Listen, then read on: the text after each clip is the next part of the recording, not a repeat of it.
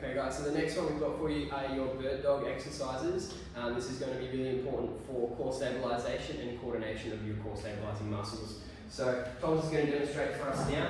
You get on your hands and knees like this, and you're going to lift your contralateral arm and leg at the same time, as high as you can, and then you're going to come back in and tuck that elbow to that knee. You do that 10 times on each side, focusing on doing it nice and slow and keeping your balance, and then swapping over to the other side.